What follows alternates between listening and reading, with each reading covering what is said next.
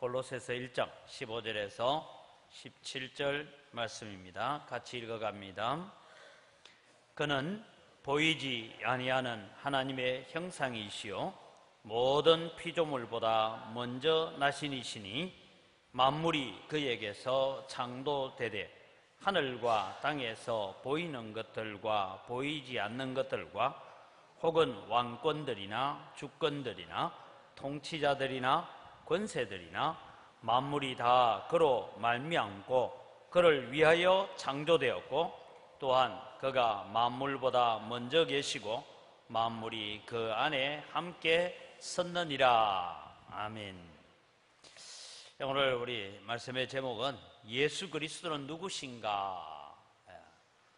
예수는 누구신가? 예수는 그리스도다라고 우리가 배웠습니다. 그러면 우리가 예수 그리스도라고 말할 때에 도대체 예수 그리스도라는 것은 어떤 의미를 가지고 있는가 하는 것을 제21번 문제를 가지고 살펴갑니다. 하나님이 택하신 자들의 구속자는 누구십니까? 지난번에 우리가 배웠던 것은 하나님께서 하나님의 백성들이 범죄한 비참한 상태에 내버려 두셨습니까? 라는 질문에서 하나님께서 영원전부터 선택하시고 선택하신 자들을 위해서 구속자를 보내셨다 했는데 하나님의 택하신 자들을 위한 구속자는 누구십니까? 우리 같이 읽어가겠습니다. 하나님이 택하신 자들의 유일한 구속자는 주 예수 그리스도이십니다. 그는 하나님의 영원하신 아들로서 사람이 되셨으며 그는 과거와 미래에 계속해서 영원토록 하나님과 사람이시며 구별된 두 본성을 가진 한 인격입니다. 말이 참 어렵게 연결되어 갑니다. 번역하는 게 사실 어려워요. 그런데 오늘 말씀처럼 예수님은 누구신가? 예수님은 그리스도다. 그럼 그리스도는 뭐 하는 사역이냐? 유일하신 구속자다. 만물보다 먼저 계신 자다. 그리고 성부 하나님과 동등한 자이다. 영원 전부터 계셨다.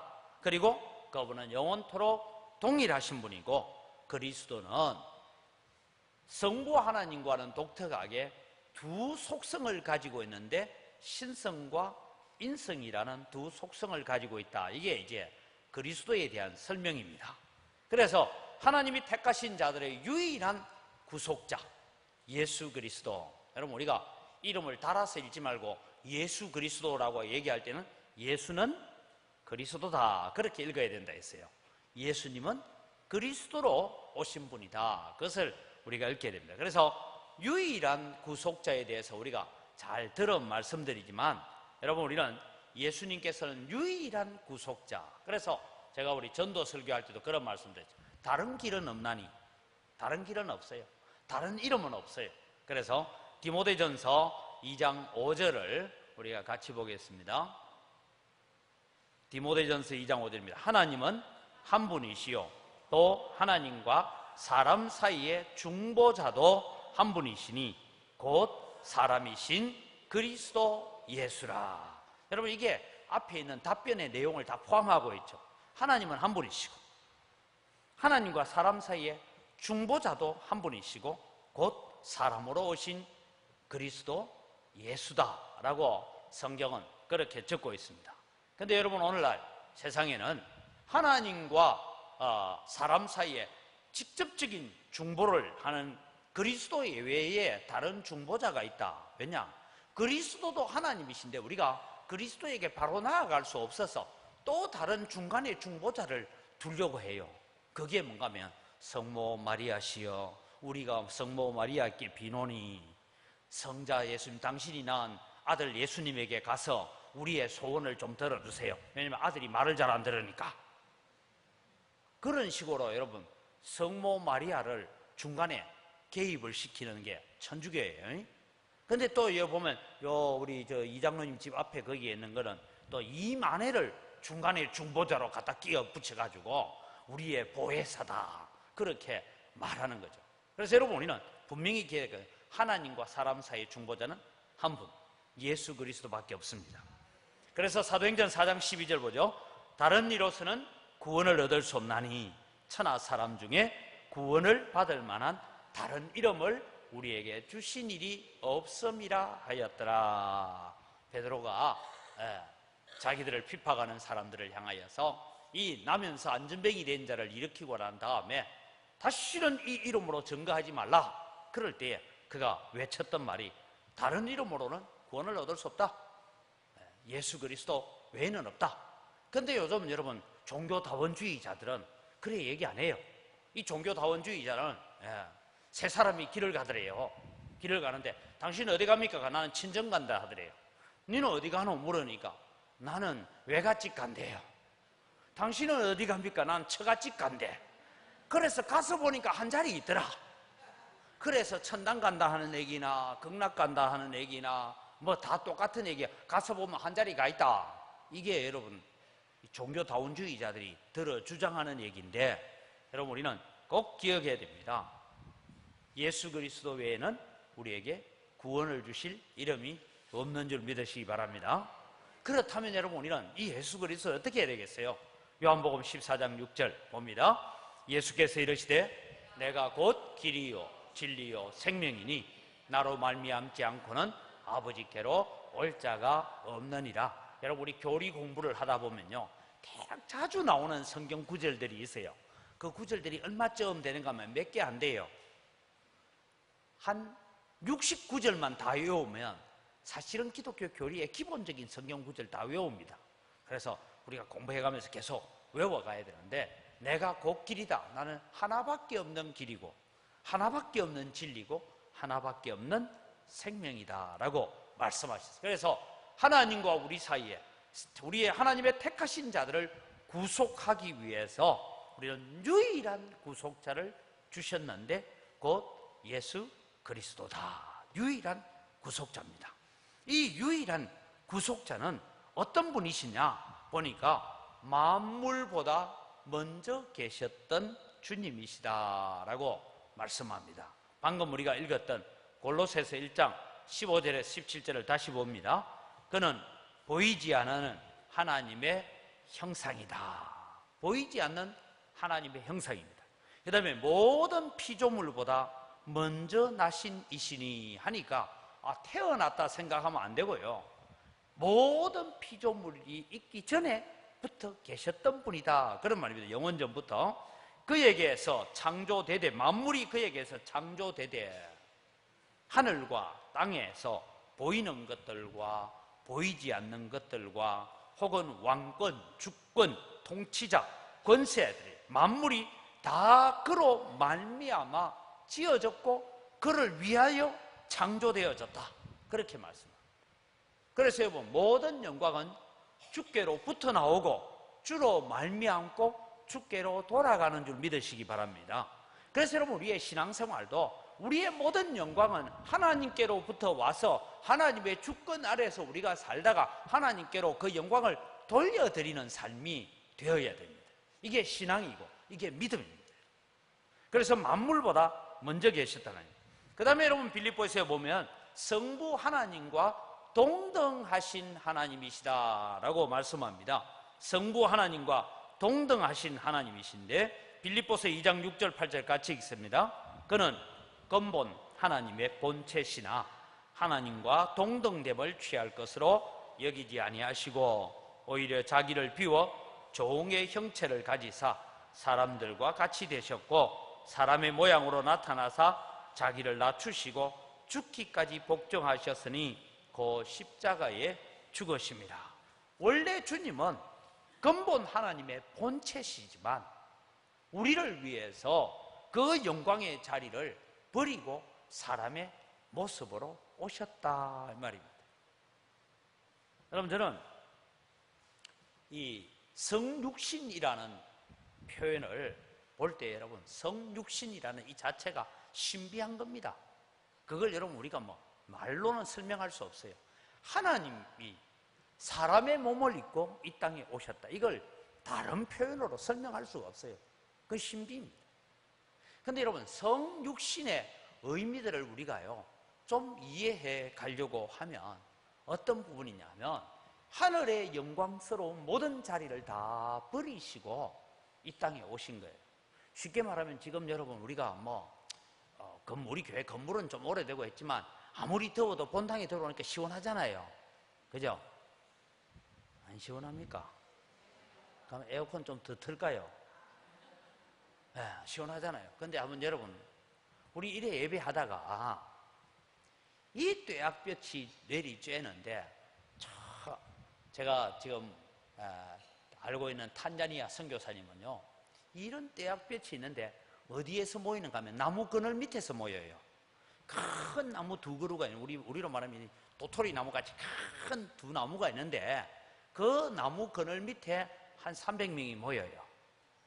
그래서 물도 잘 없어요.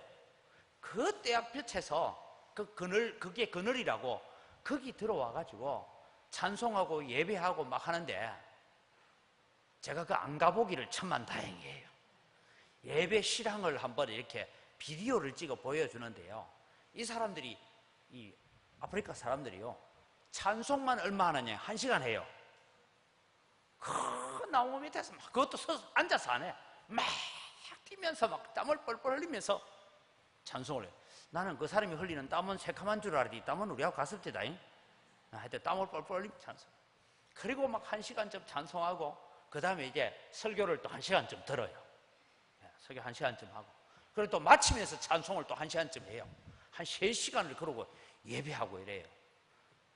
여러분 보고 거기 가라면 가겠어요? 안 가겠어요?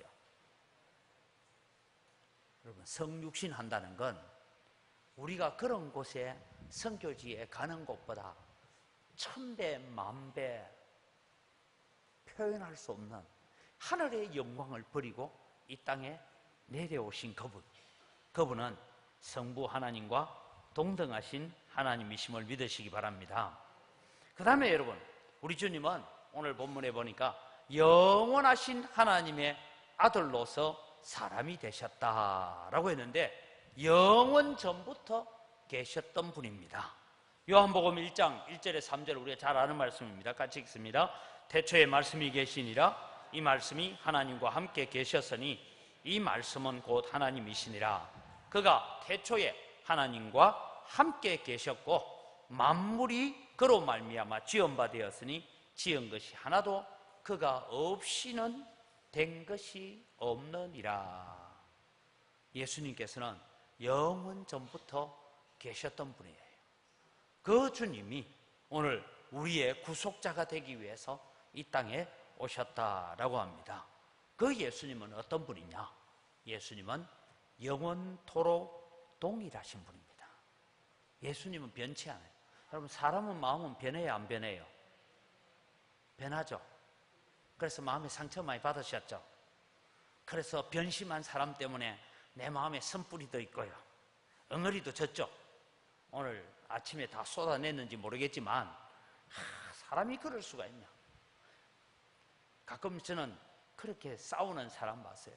네가 그럴 수 있나? 네가 얼마나 한이 맺혔으면, 다른 사람은 몰라도 네가 그럴 수 있나 하고 이렇게 막 한이 맺혀서 단식하는 걸 봤어요. 우리 교인 말고요. 네. 근데 우리 주님은 어떤 분이냐? 영원토록 변치 않는 주님이십니다. 그래서 히브리서 1장 8절과 13장 8절을 같이 읽습니다. 아들에 관하여는 하나님이여 주의 보좌는 영영하며 주의 나라와 규는 공평한 규이니이다. 13장요. 예수 그리스도는 어제나 오늘이나 영원토록 동일하시니라. 아멘. 여러분, 저는 지금 우리 새벽기도 나오시는 분들은 제가 새벽기도 때 자주 쓰는 표현이 있어요. 그게 뭔가 하면, 하나님께서 가나안 땅을 아브라함에게 약속하시면서 너와 너의 후손에게 주겠다 약속했어요. 그리고 여러분, 아브라함이 죽었어요. 그 다음에 너의 후손이 이 가나안 땅을 차지하는데 멀리 이방에 객이되었다가 4대 만에 400년 만에 돌아오게 하겠다고 약속했어요. 여러분, 아브라함이 그 약속을 붙들고 살았어요. 근데 여러분, 아브라함이 가나안 땅을 하나님께서 주시겠다라고 약속을 받고 난 뒤에 얼마쯤 있어가지고 이스라엘 백성이 가나안 땅에 들어오는지 압니까? 660년이 지나서 들어와요. 여러분, 하나님께서 오늘 여러분에게 어떤 특별한 약속을 했어요. 그게 660년 뒤에 이루어질 것 같으면 믿겠어요? 안 믿겠어요? 아이고, 내 죽고 난 뒤에야 뭐 왜 되든지 뭐 내가 뭔 상관이 있노? 그러지 않습니까? 그런데 여러분, 너희 후손들이 멀리 이방에 객이 되었다가 다시 돌아오게 하겠다는 그 말씀을 들었던 사람이 있어요. 누구냐면 야곱이 들었어요. 야곱은 아브라함 할아버지하고 15년을 같이 살았어요. 그리고 이 야곱이 자기 아들들에게 그 얘기를 합니다. 약속을 했는데 요셉이 여러분 애굽 땅에 팔려가잖아요. 팔려갈 때에 요셉은 형님들 잘 있어요, 잘 있거라, 나는 간다 이러고 갔어요. 통곡하면서 울며 불며 갔어요. 감옥에 갇혔어도 얼마나 많은 세월을 눈물을 흘리며 보냈는지 모릅니다. 그런데 문제는 총리가 됐어요. 총리가 딱 되고 난 뒤에 나이가 30세에 총리가 됐으니까 애굽 땅으로 팔려간 지 13년이 지났습니다. 제가 성경을 읽다가 깜짝 놀란 게 뭐냐 하면 총리가 되었으면 여러분 생각해 보세요. 우리 전남도지사로 있던 이낙연 씨가 지금 국무총리 됐죠? 예, 국무총리 됐어요. 그러니까 요 앞에 성북중학교인가 거기에다가 그 출신인가 보대요. 맞죠? 요 중학교에? 예? 북성중학교? 북성이나 성북이나 뭐 그게 지금 뭐. 예. 하여간 거기에 보니까 현수막이 딱 붙었더라고요. 몇 회 졸업생 뭐 이낙연 막 붙었어요. 여러분, 도지사가 물론 요즘 미디어가 발달되어 있으니까 그렇긴 하지만 카이로에서 여러분 요셉이 총리 대신이 되는 그 카이로에서요 말을 타고, 옛날에 여러분 말 뒤에 빨간 깃발 달고 달리는 말이 있어요. 뭡니까? 어명이요 하고 달리는 말들 있잖아요. 이 말을 타고 달리면 하루길만 달려가면 아버지가 있는 헤브론까지 갈 수 있어요. 자기는 총리여서 바빠서 못 가. 그러면 누구 하나 말 태워 보내면 돼요, 안 돼요?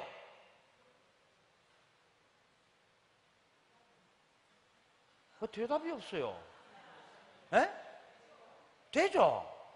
아버지 걱정하지 마세요. 내 죽었다고 놀라지 마세요. 내 살아있어요. 총리 됐어요 하고 편지 하나 써가지고 깃발 들고 가면 되는데 요셉이 못된 놈이라. 왜냐하면 풍년이 드는 7년 동안 연락도 안 해요. 나쁘죠, 그죠? 안 나빠요? 나빠요. 그래. 그 다음에 여러분 흉년이 들어서 1년이 흉년이 들어가 먹을 것이 없으니까 형들이 곡식 사러 내려올 때도 말도 안 해. 말 안 해. 그 다음에 또 곡식 사고 갔어. 두 번째 곡식 사러 옵니다. 그때야 이제 또 여러분 잘 알다시피 은잔 사건이 일어나고 이래가 이제 내가 요셉이다 하고 알리지 않습니까? 저는 성경을 읽다가요 너무 놀란 것이 요셉은 왜 말을 태워서 소식을 전하는 전령을 보내서 하루면 전달할 수 있는 내가 살아있습니다 아버지 연락할 수 있었는데 왜 총리가 되고 자그마치 9년이 되도록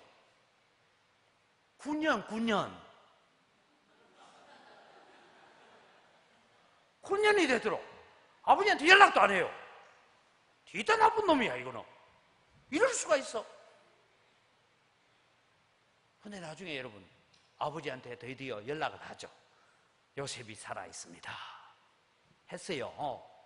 했는데 요셉이 살아있습니다 라고 연락하고 아버지 걱정하지 마세요. 헤브론에 사는 동안에 내가 애굽 땅에 있는 곡식을 가지고 앞으로 흉년이 5년 더 남아있으니까 걱정하지 마세요.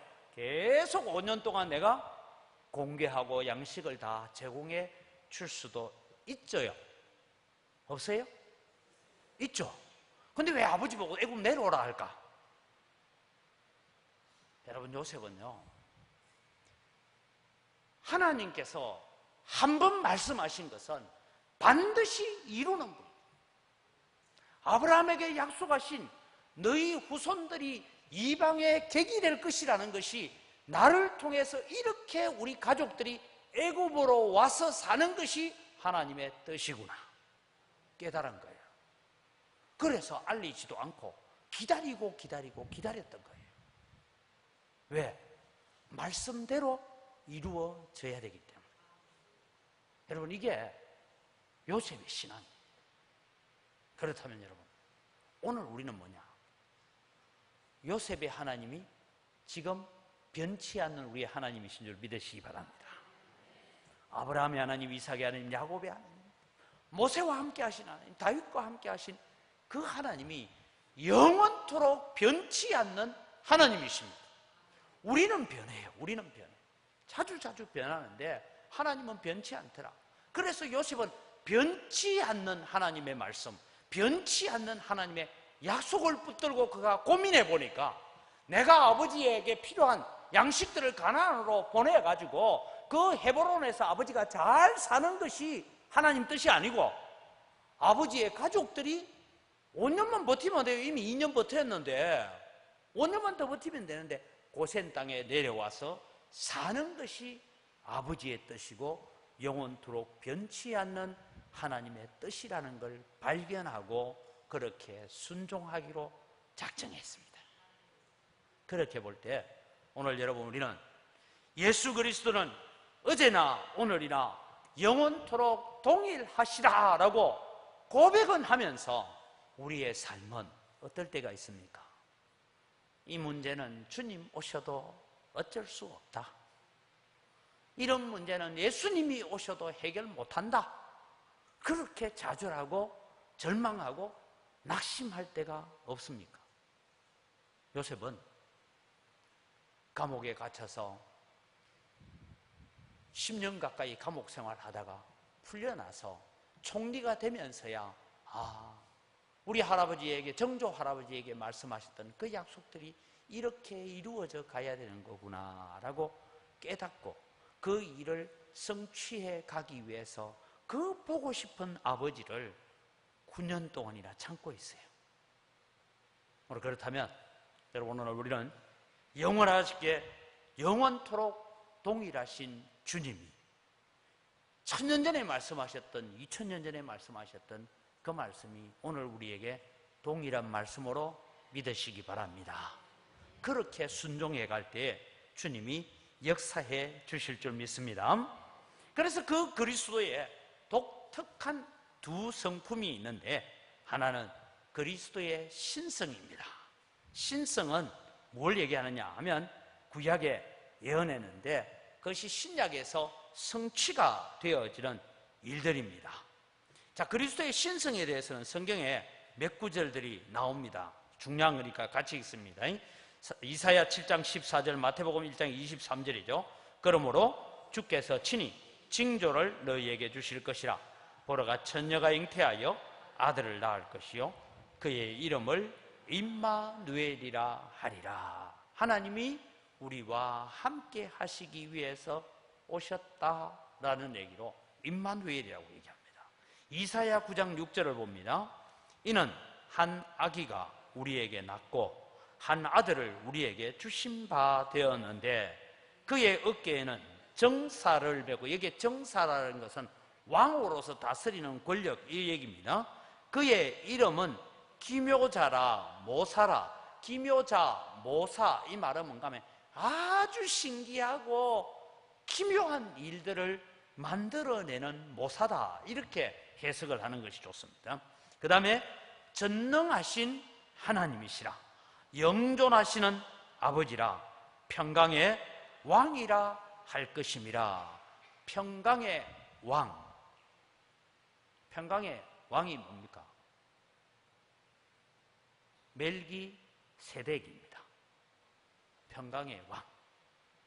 여러분, 그래서 샬롬 왕 멜기세덱은, 여러분, 예수님이요, 자꾸 사람들은 그래요. 예수님은 정확하게 연도를 따지면 BC 4년경에 봄으로 생각합니다. 성탄절이 우리가 12월로 보는 것이 아니고 한 봄쯤으로 생각합니다.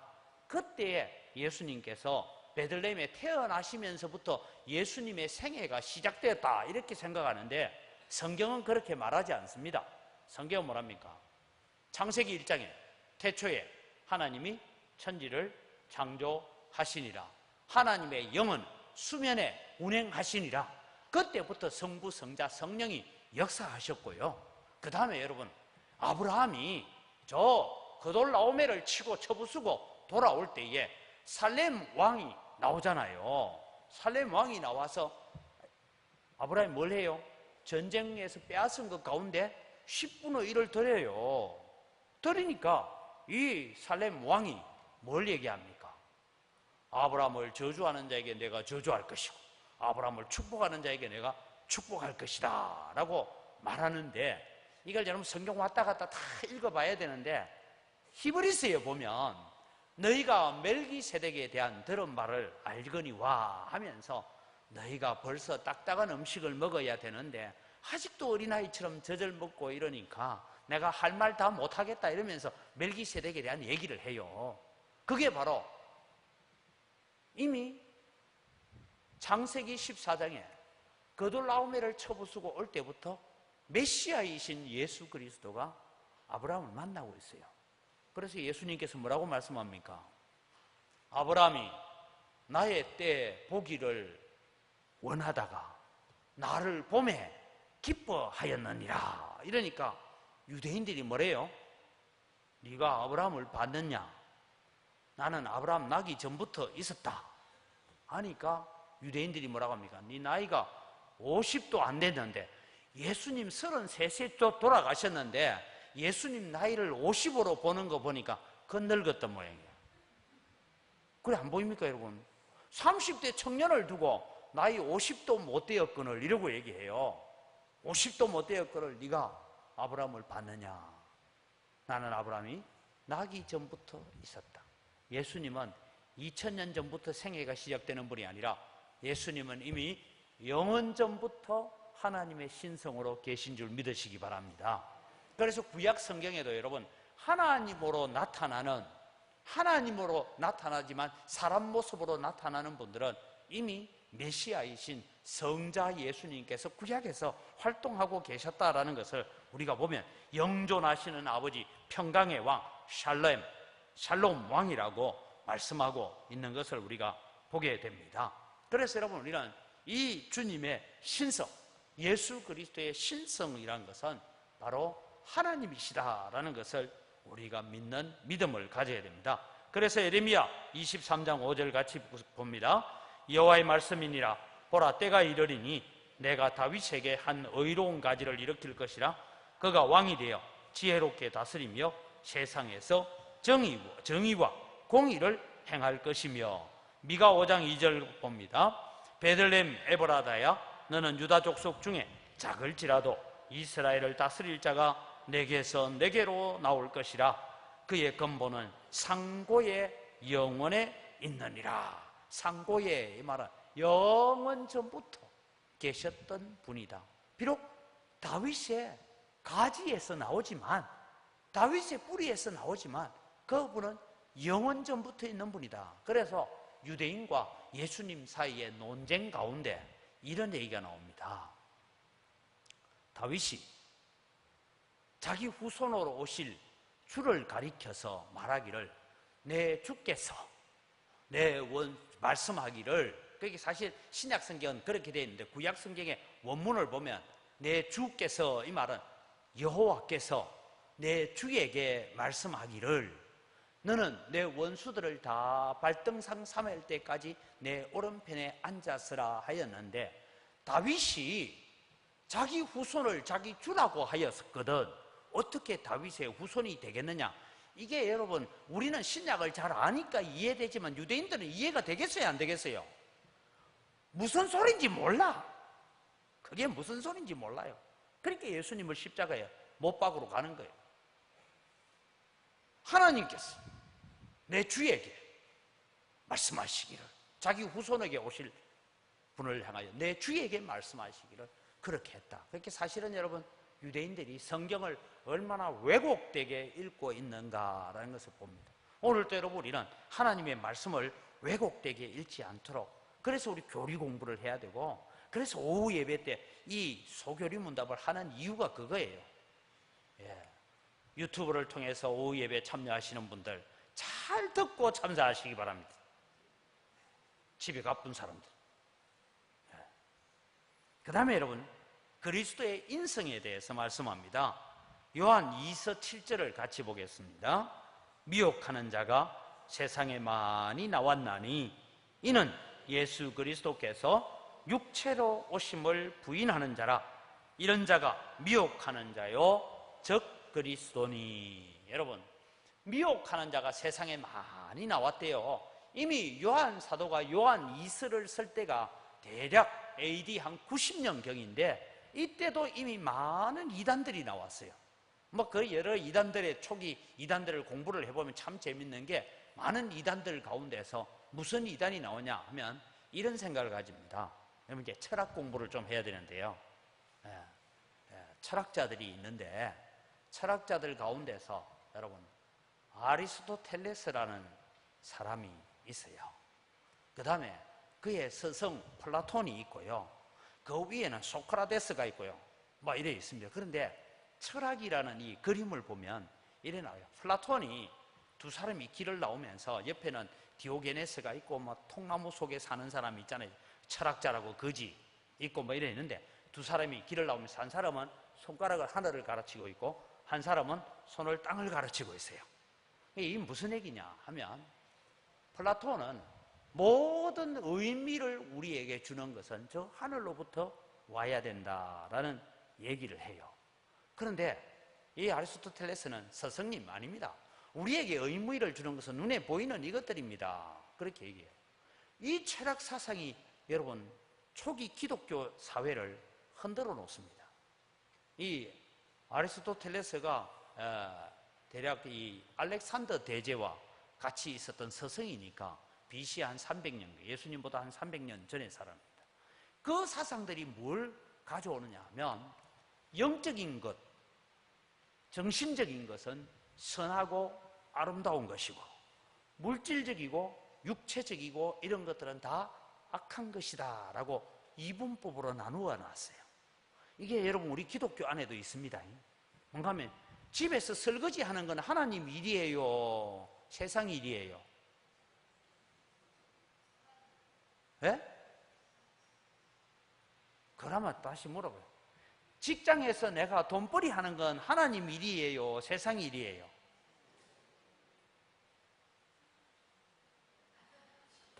참네. 여러분, 우리가 그러면은 물어보죠. 교회에 와서 예배하는 건 하나님 일이에요, 세상 일이에요? 하나님 일이에요? 우리 주부들이 집에 설거지 하는 건, 방 청소하는 거는 여러분 사실은 다 하나님의 일이에요. 그런데 우리는 종종 제가 이 대표 기도하는 분들, 이런 기도하는 분들, 요즘은 이제 그런 기도하면, 옛날에는 대표 기도하는 분이 참 은혜가 됐는데 가만히 보니까 그 기도 잘못하는 게라. 하나님 아버지, 우리가 세상 속에서 지난 여세 동안 죄와 더불어 먹고 마시다가 오늘도 주님 앞에 이제 예배하러 나왔습니다, 이렇게 기도해요. 그러니까 가만히 있으면 학교 공부하는 것도 죄와 더불어 먹고 마시는 기고 이렇게 생각하는데, 사실은 여러분 우리의 모든 삶이 주님의 영광 위해서, 하나님의 영광을 위해서 사는 것이라면 우리는 주의 일입니다. 그래서 설거지도 잘하고 청소도 잘해야 돼요. 주의 일이에요. 그게 우리 가정이 평안하고 우리가 더 하나님 앞에, 여러분 우리 직장을 다니는 분이 직장에서 내가 참 다른 사람들로부터 존경받을 만큼 일을 하고 하는 것은 주의 일을 하는 거예요. 그런데 그것을 게으름 부리고 저거 교회 다닌다는 게 말이야 저렇고 말이야 손가락질 당하면 그건 하나님 일하는 거 아니에요. 그러나 여러분 우리가 최선을 다해서 일하면 그 주의 일을 하는 겁니다. 이게 나누지 말아야 돼요. 속된 것과 거룩한 것을 구분하지 말아야 되는데, 우리는 자꾸만 교회 일, 주의 일, 집안일, 세상 일 자꾸 구분을 해요. 이런 구분들이 우리 속에 나름대로 이렇게 분리되어 있습니다. 그러나 여러분 사실은 우리의 신앙은, 오늘 제가 어제는 신행일치, 믿는 것과 행동하는 것이 같이 가야 됩니다. 근데 여러분, 이 시대에 바로 이런 사상들이 있다 보니까 어떻게 저 최고의 지구의 거룩하신 하나님이 이 더러운 육체를 입고 온단 말인가? 이거는 아니다, 이런 생각을 했어요. 그래서 나온 게 뭔가 하면 가현설이라는 얘기가 나옵니다. 가현설은 쉽게 말해서 우리가 영화를 보듯이 그냥 본 거지 실제로 일어난 일이 아니다, 그렇게 주장하는 사람들이 나옵니다.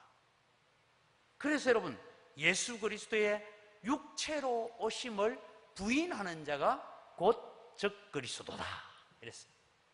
자, 그러면은 예수 그리스도의 육체로 오심을 부인하는 세력이 그때만 있었느냐? 지금도 있어요. 자, 지금 이제 문선명이가 죽어버려가지고 이제 좀 시들해지기는 했는데, 통일교는 여러분, 통일교 교리를 이렇게 깊이 공부하면요, 이런 얘기를 합니다. 아담과 하와가 선악과를 따먹고 난 뒤에 왜 무화과 나무 잎을 가지고 옷을 해 입었느냐? 선악과를 따먹는다는 것은 뱀하고 하와하고 그런 성관계를 가졌기 때문에 부끄러워서 옷을 갈아입었다, 이래 거짓말을 갖다 붙입니다.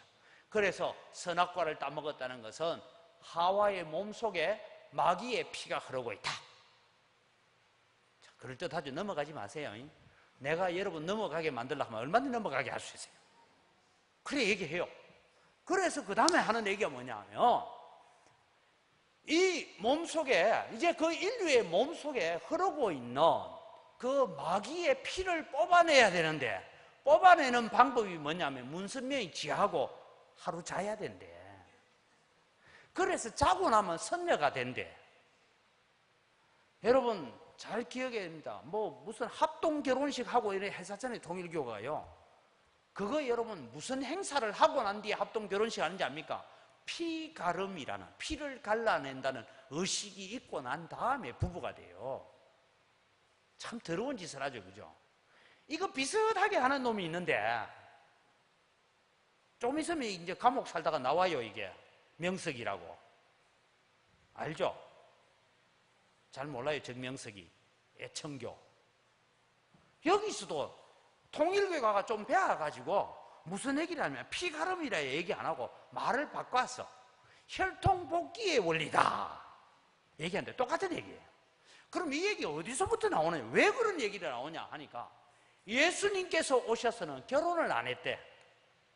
그래서 예수님은 영적인 구원은 이루었지만 육신의 구원은 못 이루었다. 그래서 육신의 구원을 이루기 위해서는 피를 갈라야 되고 혈통을 복귀시켜야 되고 뭐 이런 얘기를 한다. 여러분 이게요 그냥 나오는 얘기 아니고 인류의 역사적으로 보면요 다 무슨 얘기냐면 우상 숭배를 하고 죄에 빠져 있는 이런 우상 숭배, 토속적인 숭배를 하는데 보면 다 뭐가 관계냐? 혼음하고 관계가 있습니다. 그게 성경에도 나와요. 바알 신을 숨기고 아세라 신을 섬기는 데는 이 혼음이 있습니다. 그래서 여러분 아세라 신전에는 미동들이 있었어요. 성경에 미동이라고 들어보셨죠? 미동들이 있었어요. 성전의 수종들은 여인들을 위해서, 수종들기 위해서 남자 청년들이 있었어요. 그 다음에 여러분 바알 신전에 가면 여자 사제들이 있었어요. 그래서 바알 신에 예배하러 온 남자들을 성적으로 대접하는 그 일들이 있는 것이 여러분 민수기 25장에 나오는 바알보올에게 부속된 사건이 그런 얘기입니다. 그래서 모든 종교들을 바라보면 나중에 결론은 어디까지 가냐면 이런 죄에 빠지는 일로 걸어가게 되니까 하나님께서 그 죄를 보시고 진멸하려고 했어요. 다른 것이 아닙니다. 예수 그리스도의 육체로 오심을 부인하는 자가 미혹하는 자고 적그리스도입니다. 다시 우리는 처음으로 돌아갑니다. 하나님과 우리 사이에 하나님이 선택하신 자들을 구속하실 수 있는 분은 유일한 구속자, 하나밖에 없는 구속자, 그분은 바로 예수 그리스도인 줄 믿으시기 바랍니다. 이 외에 다른 얘기하면 뭐로 보라고요? 똥파랭이 왔다 그래 봅니다. 이 외에 다른 얘기를 하면 예수 그리스도 외에 또 다른 보혜사가 있고 예수 그리스도 외에 또 다른 어떤 해석자가 있고 뭐 여러 가지 얘기하면 저거 이단이구나 이렇게 생각하면 돼요. 그래서 여러분, 우리는 정말 구속자 예수 그리스도, 그분은 유일하신 분이다. 한 분밖에 없는 길이다. 그 길을 우리는 바라보면서 믿음의 길을 걸어갈 수 있는, 그래서 우리는 우리의 구원 사역은 바로 예수 그리스도만을 통해서 이루어지는 사역. 그분이 십자가에서 말씀하셨습니다. 다 이루었다. 아버지께서 내게 맡기신 모든 일을 다 이루었다라고 말하는데 아직도 못 이룬 게 있다라고 말하고 있는 이단들이 한국에도 많은데, 뭐 요즘은 몇 명이 되는지 모르겠지만 제가 한 10년 전에 연구할 때만 해도 자칭 재림 예수라는 인간이 18명이나 한국에 살고 있었어요. 18명. 그러니까 여러분, 우리가 정신을 차려서 하나님의 말씀에 바르게 세워져가는 여러분 되기를 주의 이름으로 축원합니다. 우리 앞에 답변을 다시 보여주세요. 21분 같이 한 번 더 읽고 가겠습니다. 제21문, 하나님이 택하신 자들의 구속자는 누구십니까? 답을 같이 읽습니다. 오늘 배운 걸 생각하면서, 하나님이 택하신 자들의 유일한 구속자는 주 예수 그리스도십니다. 그는 하나님의 영원하신 아들로서 사람이 되셨으며 그는 과거와 미래의 계속에서 영원토록 하나님과 사람이시며 구별된 두 본성을 가진 한 인격입니다. 말이 어렵기는 하지만 우리가 하나에 얘기하면, 한마디로 얘기하면 우리를 구원하실 중보자는 예수 그리스도밖에 없습니다. 믿음으로 우리가 더 굳건하게 서가기를 바랍니다. 기도하겠습니다. 하나님 아버지, 감사합니다. 오늘도 주님, 우리를 택하시고 우리를 부르셔서 영원 전부터 우리를 택하시고 불러주셔서 오늘 또 예수님 앞에 나오게 하시고 유일한 구속자 예수님을 이 땅에 보내주셔서 십자가에 못 박아 죽이기까지 하시면서 우리를 구원해 주신 그 하나님의 사랑과 은혜를 감사합니다. 오늘 또 주님, 우리를 미혹하고 우리를 넘어뜨리려고 우리의 신앙을 미혹하는 자들이 세상에 많이 일어났습니다. 하나님, 우리가 정신을 차리고 유일하신 예수 그리스도를 바라보면서 길이요 진리요 생명이신 주님을 붙잡고 믿음의 길을 잘 달려가는 저희들 되게 하여 주시옵소서. 하나님, 한 주간을 또 살아갈 때에 우리가 말씀 붙들고 우리의 마음밭이 옥토가 되기 위해서 우리의 마음밭에 뿌리하고 있는 모든 돌들을 드러내고 선뿌리들을 걷어내는 작업을 잘 감당하는 저희들 되어서 또 다음 주일에 교회에 올 때는 정말 주님 앞에 작은 승리지만 믿음으로 말씀으로 승리한 기쁨을 가지고 주님 앞에 설 수 있는 저희들 다 되게 하여 주시옵소서. 우리 중고등부 수련회 출발했습니다. 돌아오는 시간까지 함께 하시고 은혜 덧입혀 주시옵소서. 감사합니다. 예수님의 이름으로 기도드립니다. 아멘. 우리 주 예수 그리스도의 은혜와 하나님 아버지의 무한하신 사랑과 성령님의 교통하심, 분명한 말씀 위에 서서 우리의 유일하신 구속자 예수 그리스도를 붙들고 믿음의 굳건한 반석 위에 세워지기를 소원하는 주의 사랑하는 백성들의 머리 위에 이제로부터 영원토록 항상 함께 있을지어다. 아멘.